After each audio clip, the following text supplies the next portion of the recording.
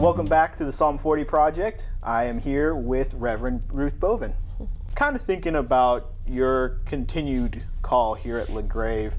What are there any things that are exciting to you, and sort of where do you see God moving you over the next couple years?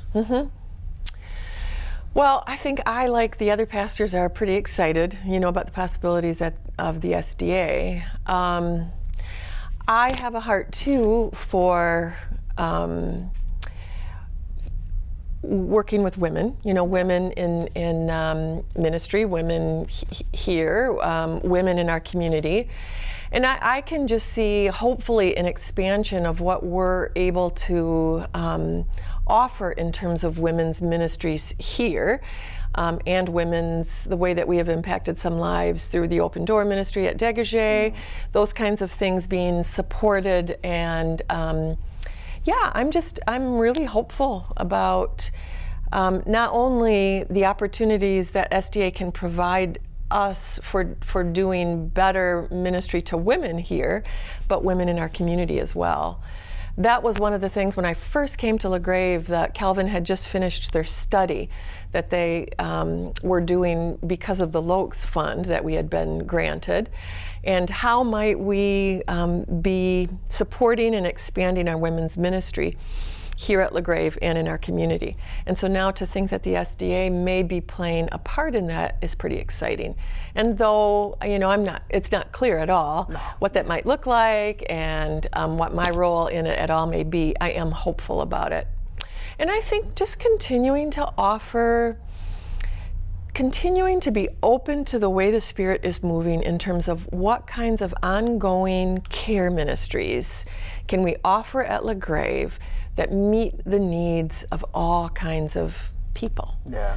I'm really appreciative of the Pastoral Care Committee that we have here at LaGrave too, because they're sort of, in addition to the staff that I feel like supports my ministry, they're very supportive of my ministry too. It's sort of a direct, we're always in that committee thinking about ways that LaGrave can continue to give good care, to the folks at LaGrave. And in fact, right now our focus is supporting widow ministries to widows and widowers. And so that ministry is going to be expanding in the future. Yeah, that's definitely an area that LaGrave needs a little bit of extra care, extra attention to now. Yep. We learned recently when we sort of tried to get a list of widows and widowers at LaGrave that there are about 100 here. So that's a large group of people. Yes. That's a small congregation. It's a small church, right? Yes.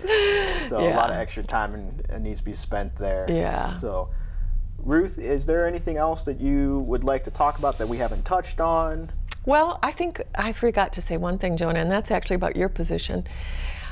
I so often hear from folks that I visit who are unable to worship, but who do have access to live streaming, what it means to them to have access to live streaming. Yeah. I mean, I probably should do a better job of communicating to you how often I hear thanks for the fact that they're able to join the LaGrave congregation and family and worship.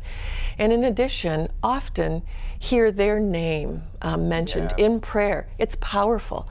To know that this group of people is in that congregation praying for them is powerful. And they just feel a part, and there's something different even than watching it online a couple days later. Yeah. To be in, the worship service as they're live streaming, as the worship is happening, is so deeply meaningful, and they're so grateful. And so I think in terms of pastoral care, it is a huge gift of pastoral care to those people. It was interesting because when we first started the idea, and even every once in a while it would even come up, like when we talk about numbers of like, can we get an estimate of who was in church and like who was and what numbers were live streaming? People are always a little leery of like, are people just skipping? Right. And who cares about that? I think the benefit outweighs anything else because people are able to be in worship. Yep. And I've heard those stories numerous times. It just, and it doesn't matter. People go on vacation and they don't miss out. They feel like they're still a part of it. Yes. We got a lot of snowbirds. Yep. So when they go away, they still feel like they get to be connected to the church. So thank you for bringing that up. That really is it's been a great ministry. So Ruth, thank you so much for being willing to take some time out of your day and be vulnerable with us and share a little bit about what you do, because not everybody gets to see the ministry that you do. So thank you so much for your time. Thanks, Jonah.